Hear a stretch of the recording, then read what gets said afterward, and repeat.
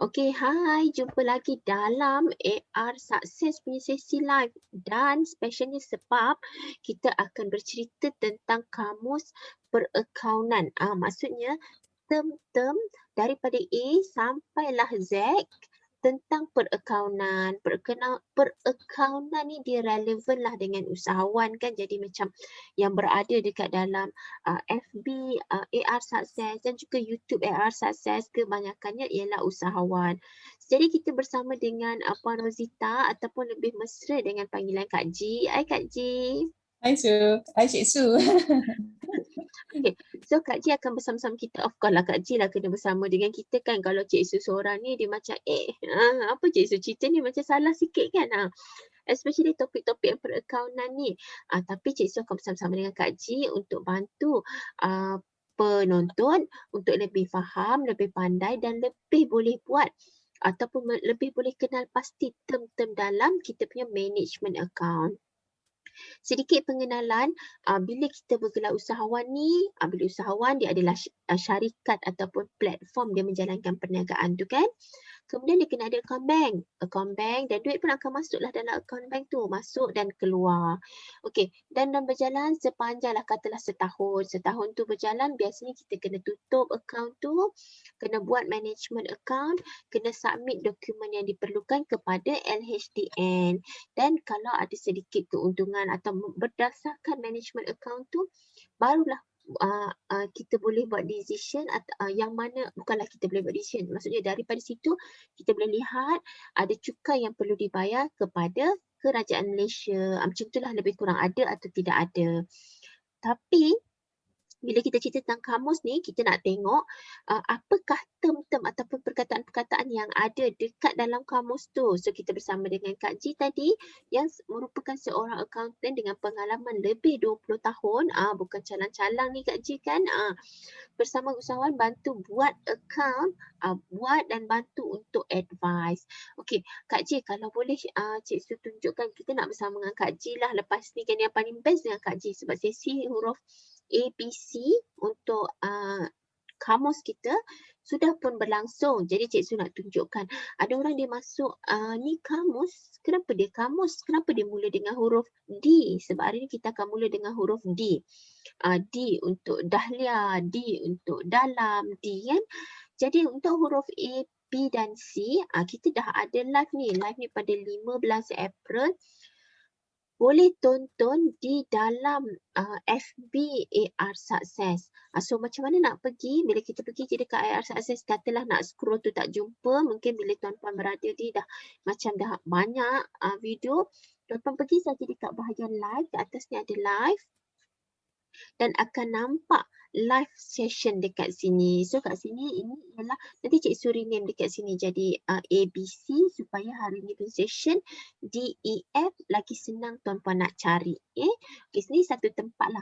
Tempat yang kedua kalau tuan-puan cari AR Success di dalam YouTube, bagi yang suka YouTube dia akan cari.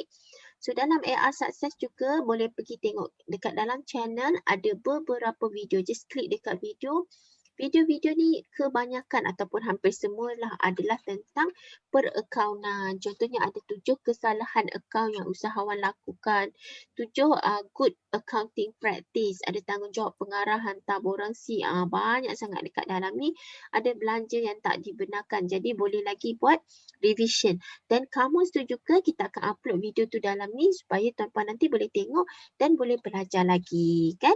Okay, so itu sedikit pengenalan lah Kak Ji kan, sebab kadang-kadang kawan kita ni dia baru masuk jadi dia nak tengok mana huruf-huruf sebelum ni kan.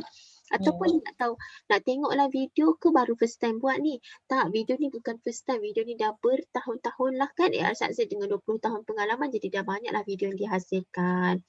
Okey, kita pergi kepada Kak Ji. Sesi live kita ni biasanya dia tak akan ambil masa yang lama, dia akan lebih kurang dalam 30 ke 40 minit. Dan kita nak pergi ke huruf seterusnya. Huruf seterusnya iaitu huruf D. Kalau boleh Kak Ji kongsikan apakah kamus huruf D dalam perakaunan ni. Silakan Kak Ji. Terima kasih Cik Su. Okey, sebenarnya huruf dalam kamus ni banyaklah. Cuma apa yang kita akan kongsi dekat live ni, kita ambil satu yang orang kata sering di yang sering kita jumpa. Contohnya depreciation. Kalau kita kalau kita terjemahkan adalah susut nilai. Okey, susut nilai ni maksudnya pengurangan nilai aset yang kita beli. Pengurangan nilai aset ni dia akan maksudnya akan berkurang setiap tahun bergantung kepada aset tu.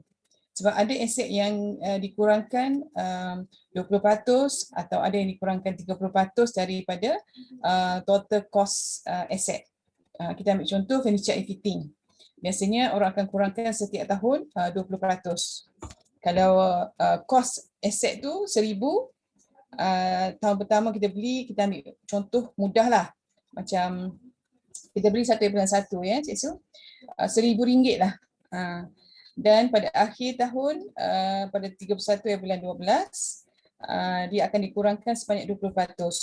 Jadi nilai aset tu ataupun dalam accounting dipanggil net book value.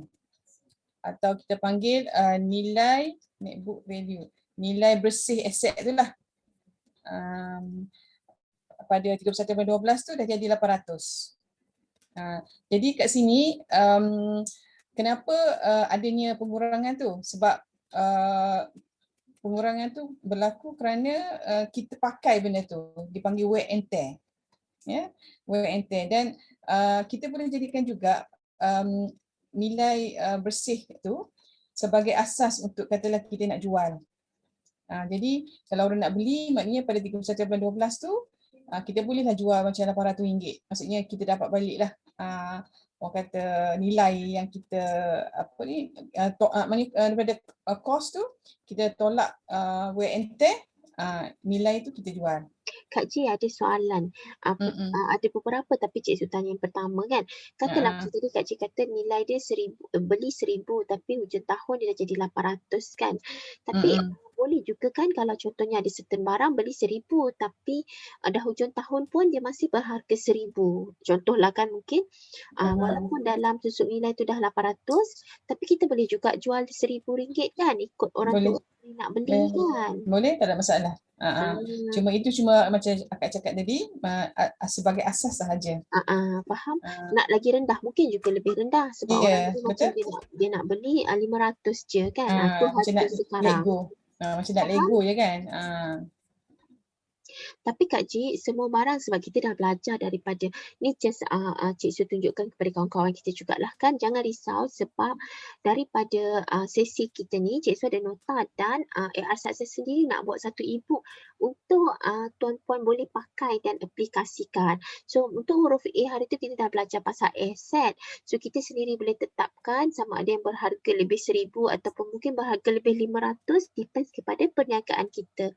So untuk hari ni kita cerita tentang depreciation iaitu pengurangan nilai aset yang kita beli pada setiap tahun lah kan. Kak Ji, yang ni Cik Su tak tahu mungkin soalan Cik Su yang macam salah sikit contohkan. Maksudnya Kak Ji, kalau kita beli barang RM1,000 nanti dalam expenses kita tu dia tak masuk dalam expenses dalam RM1,000 kan. Dia dalam ledger account tu dia masuk ke aset. Betul, dalam balance sheet. Dalam balance sheet. Tapi depreciation masuk dalam expenses. Oh, RM200 je yang masuk dalam expenses tu. Ya, betul? Jelas sikit. Okay, Kak Ji, very good. Kak Ji memang very good lah. Cik Su very good juga sebab dapat macam pandai sikit dah hari ni kan. Okay, yang seterusnya Kak Ji, mungkin Kak Ji ada tambahan untuk depreciation ni Kak Ji. Memang kena letak ataupun dia first kena declare benda tu as asset dulu. Baru dia boleh jadi depreciation. Dia memang kita kena declare sebagai asset dulu. Baru kita boleh letakkan depreciation. Cuma depreciation ni Cik Su, dia bukannya cash yang keluar. Dia adalah dipanggil non-cash ataupun bukan cash.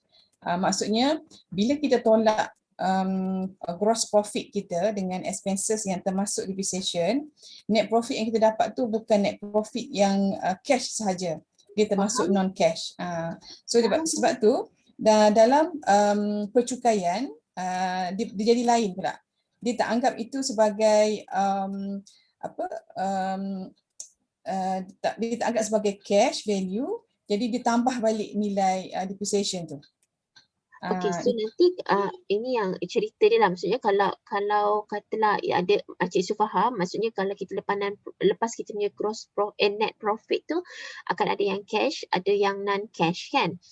So nanti cukai kita dikira daripada keseluruhan net profit tu ke Kak Ji? Okey, cukai kita dia ambil net profit tu. Cuma dia akan tambah balik nilai depreciation tu. Tadi depreciation 200 kan?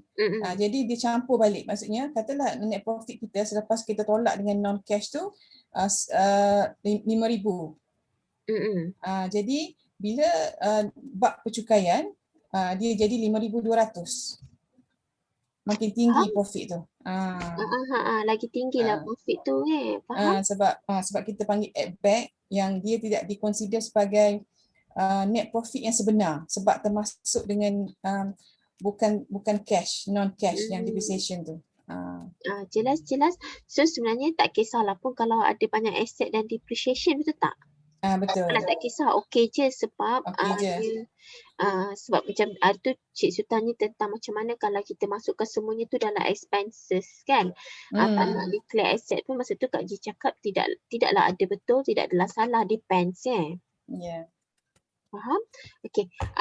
Lagi Kak Ji, depreciation ni biasanya mungkinlah untuk usahawan ni kebanyakannya ialah apa Kak Ji? Maksudnya mungkin handphone, laptop. Dia ada kategori aset lah. Macam contohnya tadi furniture and fitting. Maksudnya furniture ni perabot lah. Perabot tu macam meja, kerusi, dekat office kita kan, kabinet. Itu furniture and fitting. Lepas tu dia ada office equipment. Office equipment tu macam kita pakai aircon. Itu peralatan lah, peralatan pejabat. Mesin photostat. Jadi kebiasaannya furniture and fitting ni kita tolak 20%, sama juga dengan office equipment lah. Dan kita ada kategori dipanggil computer and software. Computer and software ni kita biasanya ada yang tolak 30%, ada yang tolak 33%. Because kenapa dia ada perbezaan tu, dia bergantung kepada setiap aset punya lifespan.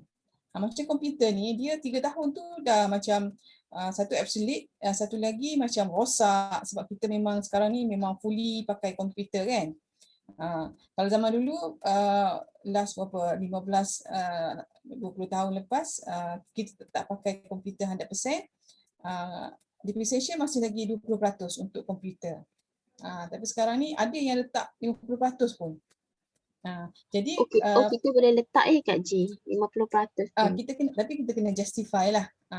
So yang akak cakap 33% tu on average kebanyakannya ramai yang letak 33%, dan maksud 33% tu 3 tahun tu dia dah zero, RM1 value lah. Dia tak boleh jadi zero lah. Dia memang akan maintain RM1 je. Bawa sampai bila-bila. Faham.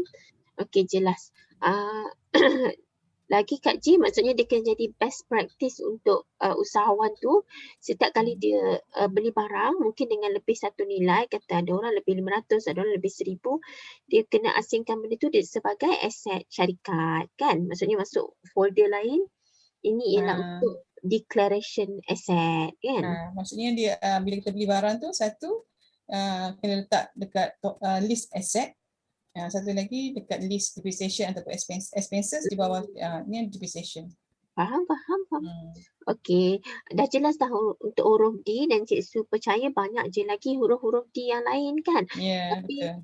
seperti Kak Ji cakap, kita ambil huruf yang mungkin selalu dilihat dalam kita punya management account kan.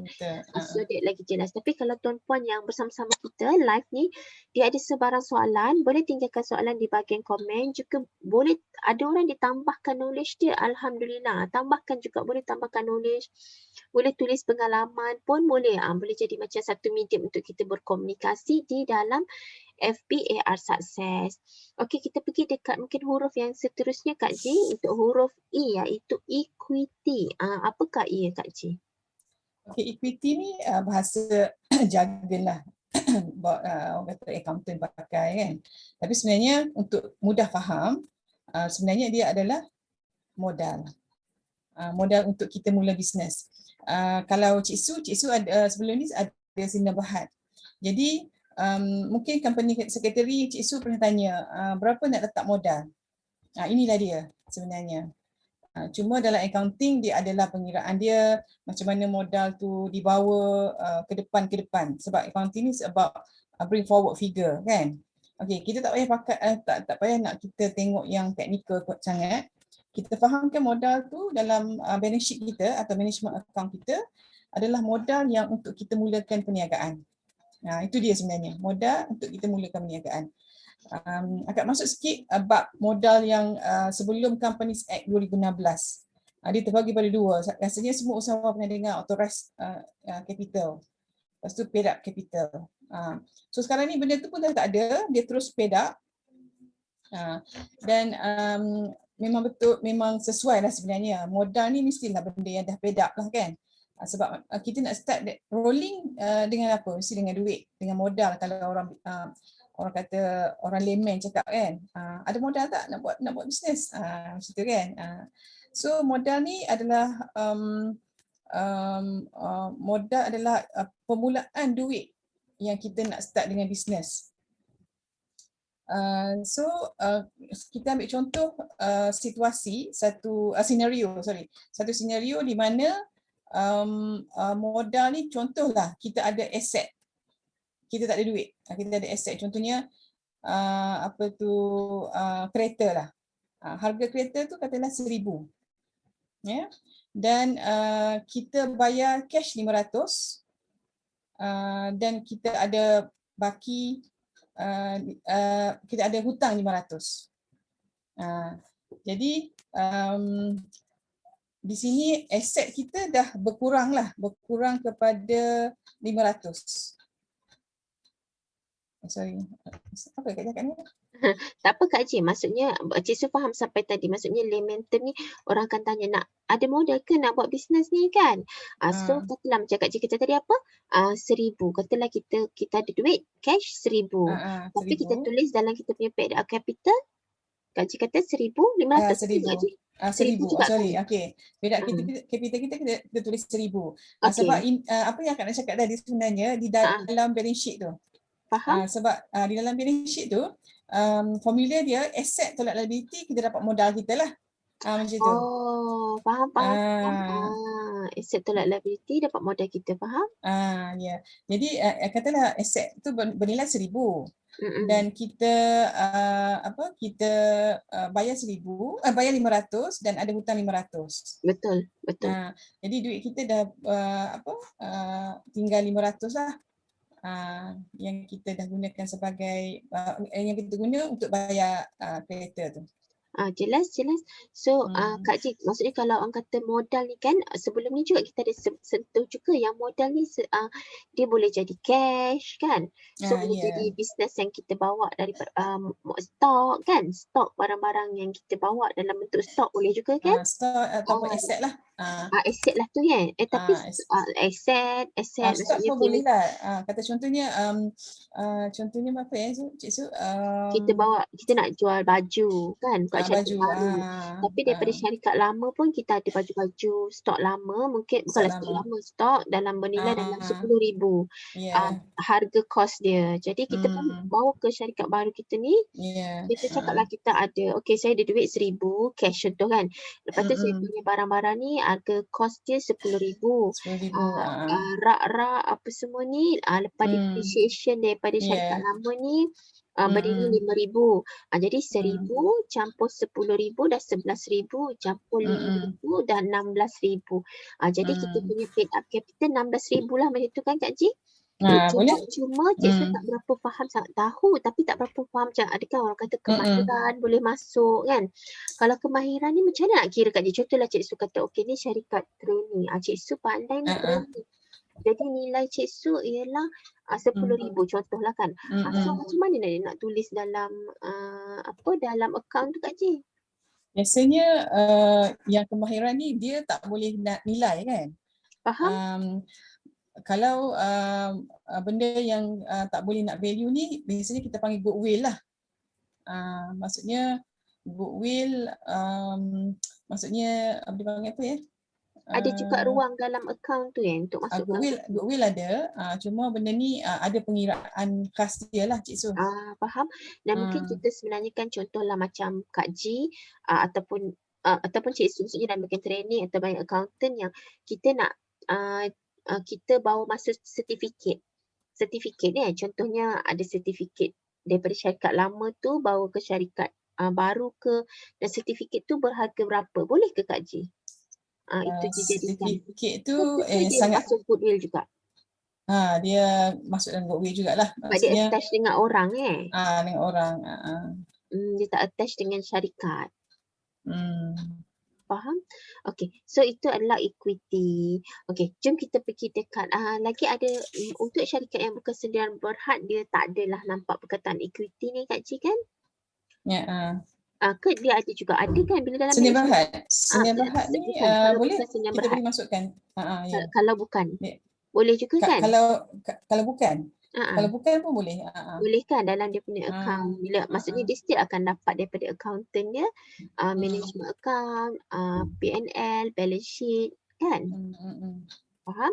Okey, kita pergi dekat yang seterusnya, huruf D depreciation, E equity dan huruf F. F ni kita dah dengar tadi berkali-kali, iaitu furniture and fitting. Okey, silakan Kak G. Sebenarnya kita dah huraikan tadi, mungkin akan tambah satu lagi F yang lain lah. Yang selalu kita pakai juga, yang lazim yang kita kita guna, iaitu financial statement. Sebab financial statement ni biasanya layman lah, dia akan pening. Apa financial statement, apa dipanggil apa, management account kan. Jadi sebenarnya financial statement ni pun adalah orang kata terdiri daripada P&L, balance sheet jugalah. Kenapa dipanggil financial statement? Penyata keuangan. Sebab management account pun berkenaan dengan penyata keuangan tu juga. Jadi benda yang samalah. Cuma terma saja yang berbeza. Jadi tak perlu macam kita rasa macam confused kat situ. Sebab benda yang kita nak cakap tu benda yang biasa kita pakai juga, management account lah. Itulah yang financial statement seperti itu. Kak Cik, maksudnya furniture and fitting ni tadi maksud Cik Su, maksud Kak Cik akan selalu dilihat dalam financial statement, itu ke maksud Kak Cik? Ya. Memang ada dilihat dalam financial statement lah, which is dalam balance sheet. Tapi tadi yang akan explain tu maksud financial statement.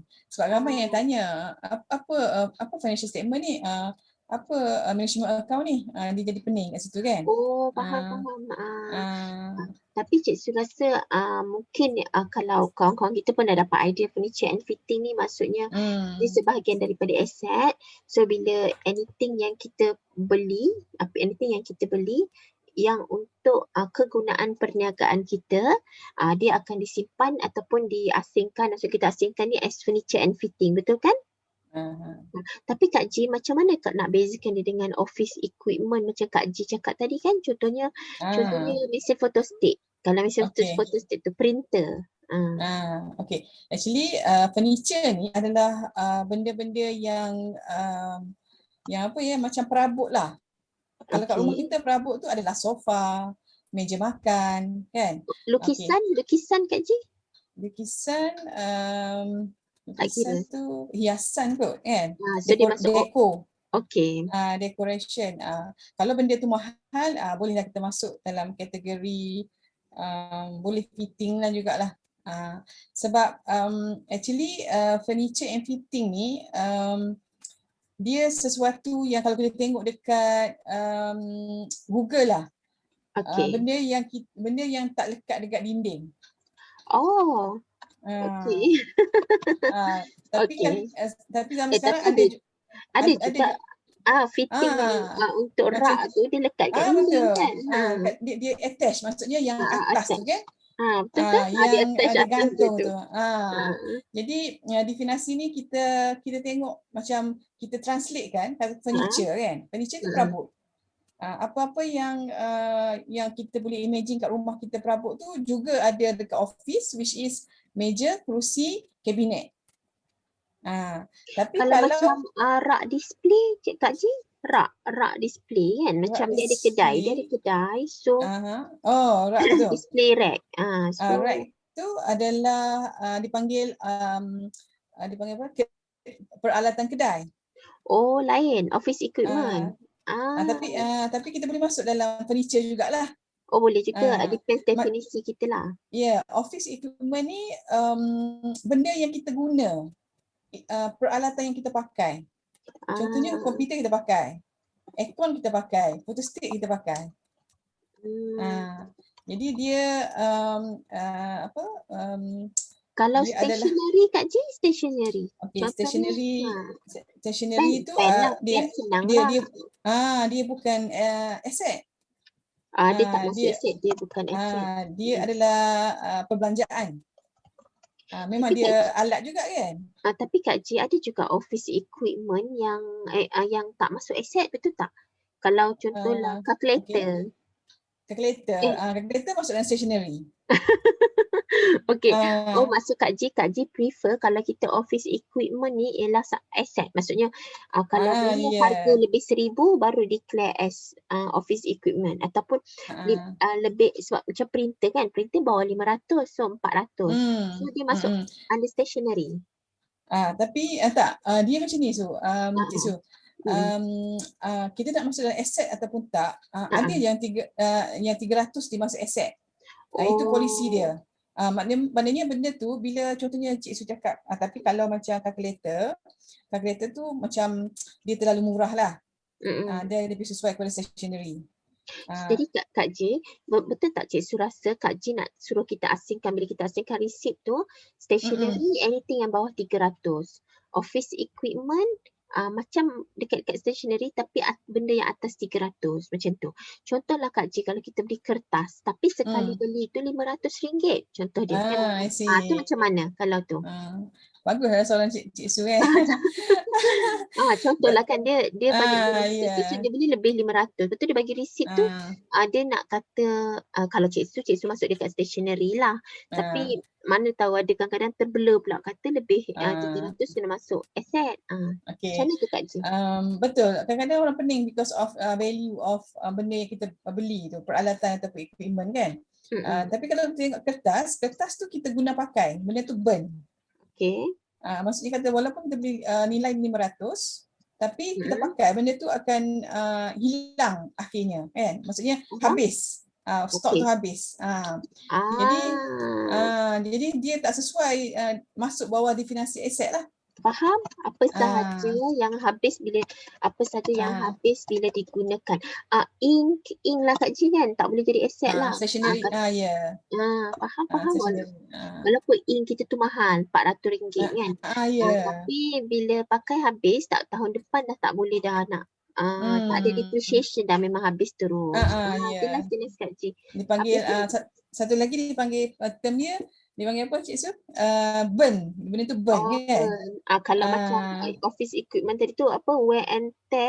Burn habis kan. Dia burn. Jadi kita kena ada soalan-soalan macam tu lah Cik Su. Adakah dia boleh tahan? Adakah dia burn? Macam tu. Faham.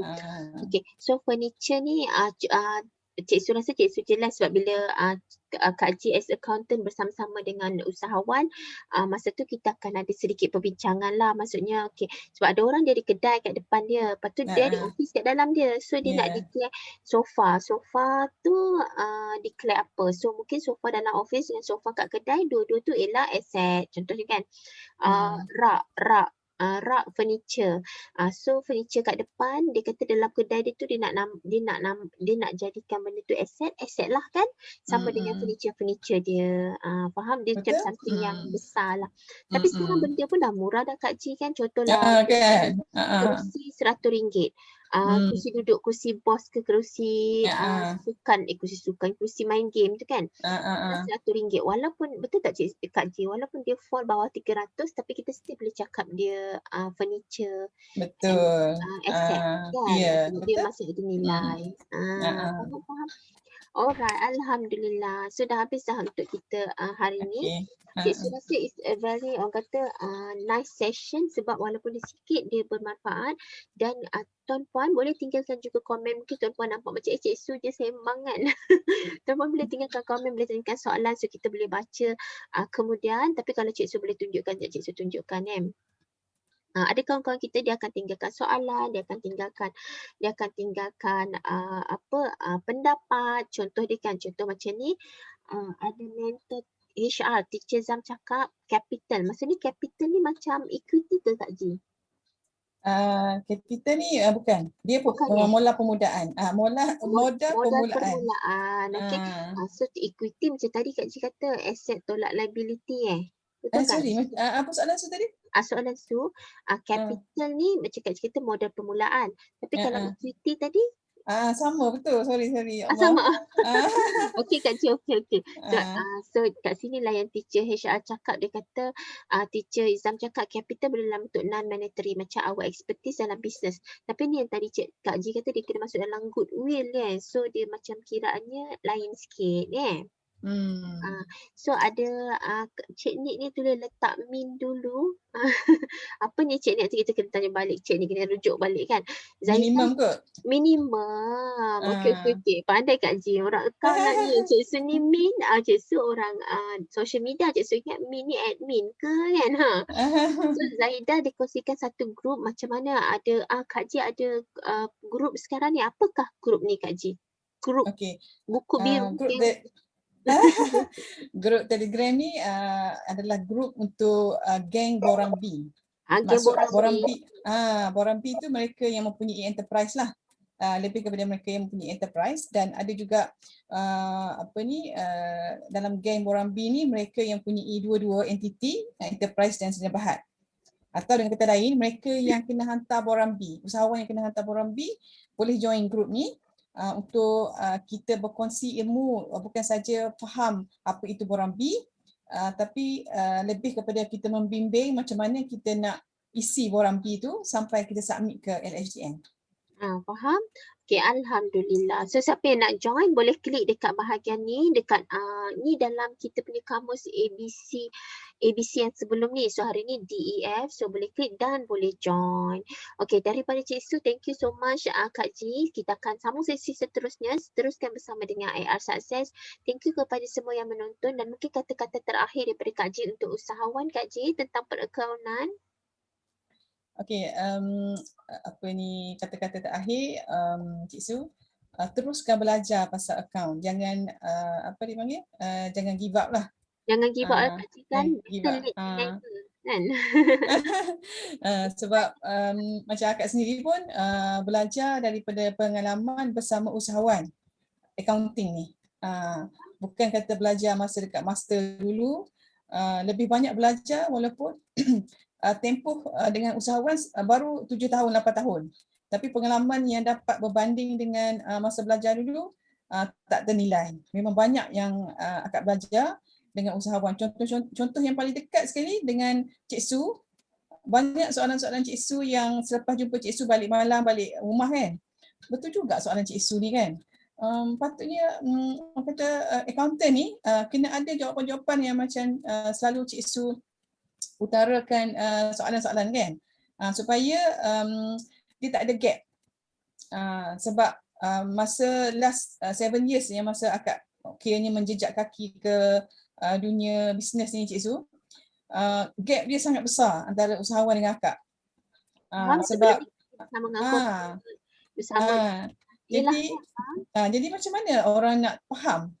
Jadi di situlah bila berjumpa dengan usahawan sendiri, especially Cik Su lah, banyak yang mengajar Kak untuk tone down, untuk reduce the gap. Walaupun sekarang ni masih lagi belajar macam mana nak tone down dan reduce the gap lah. Tapi harap dengan sesi kita yang live ni, Akak dapat belajar teknik-teknik lagi lah macam mana cara usahawan berfikir supaya usahawan juga boleh faham accounting dengan lebih orang kata mesra lah, mesra alam punya Betul. apa ni ilmu yang kita sampaikan. Itu faham yang sebenarnya untuk side accountant juga dia perlukan usahawan ni dia pandai. Bila kita pandai dah asingkan awal-awal, jadi kerja accountant akan jadi lebih mudah. That doesn't mean Ah, bila usahawan pandai nanti dia buat sendiri. Tak juga, sebab masih ah, pun buat parts dia kan, tapi banyak hmm, usahawan tu tak pandai, tak tahu sangat. Walaupun kita rasa itulah peluang, kalau dia tak pandai kita boleh buat servis dekat dia kan. Tapi ah, mengakibatkan lebih banyak kesukaran ataupun kesusahan in future. Ada kesalahan, ada ketidakpuashatian. So bila usahawan tu sendiri dia pandai, the moment dia pergi dekat accountant pun dokumen tu pun dah cantik, senang untuk Cik ya, Su. betul. Tapi Hmm, memang Cik Su sampai sekarang, sampai hari ni pun Cik Su masih belajar kat G furniture and fitting. Alamak, tak asing sangat. ya, Memang masuk. Cik Su ingatkan apa saja semuanya office equipment. Rupanya benda ada satu jumlah barulah boleh cakap office equipment. hmm. Faham? So jangan putus asa untuk belajar sebab benda ni macam akak sendiri Cik Su belajar marketing kan. Ada term-term yang sekarang pula marketing guna teknologi yang ya Allah lajunya kan, tak sempat nak catch up. Nak belajar TikTok pun tak pandai lagi. Sama kan. Bidang masing-masing kan. Betul, sama, dan don't stop learning. Teruskan bersama dengan AR Success. So kita jumpa lagi di sesi seterusnya. Thank you Kak Ji. Bye. Thank you Cik Su. Bye. Assalamualaikum.